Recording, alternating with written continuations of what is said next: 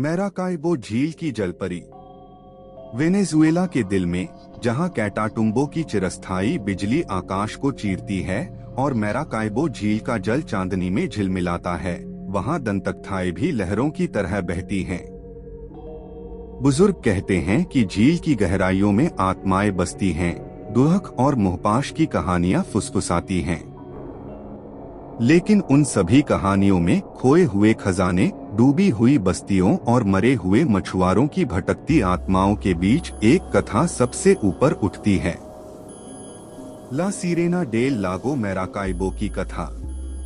वह केवल बच्चों को डराने या नासमझ नाविकों को सावधान करने के लिए नहीं है।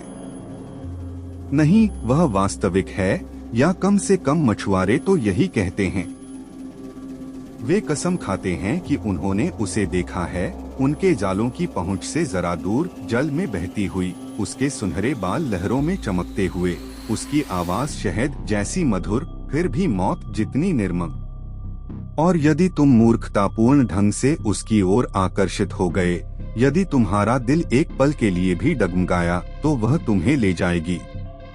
यह एक ऐसे आदमी की कहानी है जिसने उसका गीत सुना और जिंदा बच निकला, या कम से कम उसका एक हिस्सा तो जरूर। मछुआरे का भाग्य। जेवियर मोरालेस ने अपना पूरा जीवन झील के किनारे बिताया था। बचपन में वह अपने पिता को जाल डालते देखता, किशोरावस्था में अन्य मछुआरों के साथ नाव में खड़ा होता, और अब 28 की उम्र में यही झील उसका जीवन थी।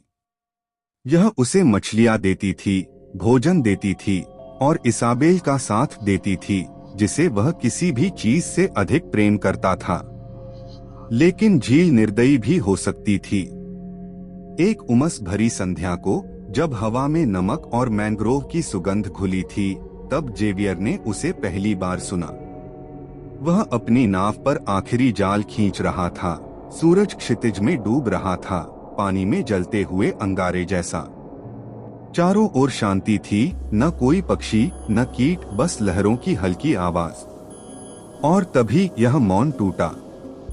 एक मधुर लयबद्ध धुन हवा में तैरने लगी। यह स्पेनिश में नहीं थी।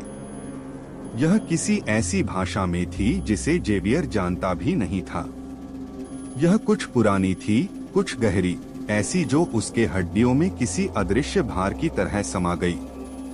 उसके हाथ जाल पर जमे रह गए। 20 फीट की दूरी पर एक स्त्री खड़ी थी, लेकिन वह किसी नाव पर नहीं थी, न ही उथले पानी में खड़ी थी। वह झील की सतह पर थी, मानो जल उसका अपना था। उसके बाल स्वर्णिम थे, झरने की तरह बहते हुए। उसकी आंखें असीम गहराई वाली और भूखी। जेवियर अनजाने में आगे झुक गया।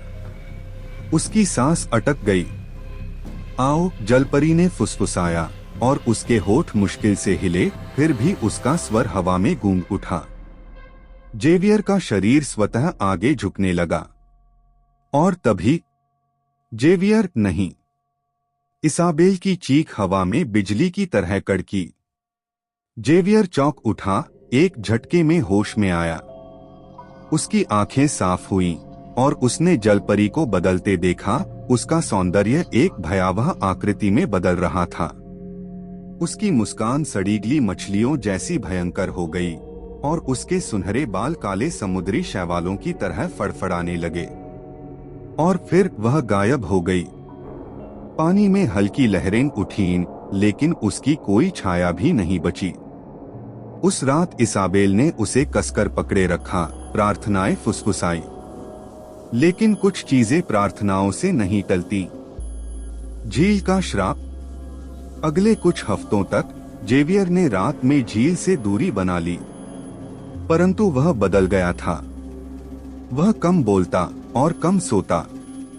कई बार इसाबेल जागती तो पाती कि वह खिड़की से झील को ताक रहा था, और सपने वे सबसे भयानक थे। हर रात वह उसे देखता। जलपरी उसे बुलाती हुई, उसके दिमाग में मीठे मगर खतरनाक वादों की फुसफुसाहट भरती हुई। फिर एक दिन बिना किसी चेतावनी के एक आंधी आ गई। आसमान गहरा हो गया, हवाएं बुरी तरह गुर्राने लगी। जेवियर को अपनी नाव याद आई। वह झील के किनारे बंधी थी। अगर उसने उसे नहीं बचाया तो वह डूब जाएगी। जेवियर, मत जाओ, इसाबेल ने रोका। लेकिन वह दौड़ा। झील की सतह पर उसे वह दिखी। अब तुम मेरे हो। और फिर एक विशाल लहर उस पर टूटी। गहराइयों के नीचे जेवियर को डूब जाना चाहिए था, लेकिन जब उसने आंखें खोली तो वह मरा नहीं था। वह कहीं और था। नीला रहस्यमय प्रकाश जल में तैर रहा था। छायाएं अंधेरे में हिल रही थीं। और फिर उसने उन्हें देखा।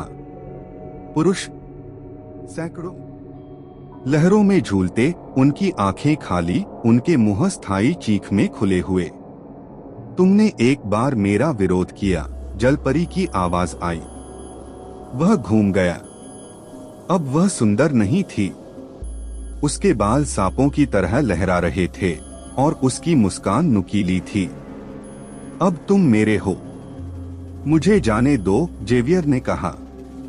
बदले में कुछ दो तो मैं तुम्हें छोड़ दूंगी, उसने उत्तर दिया।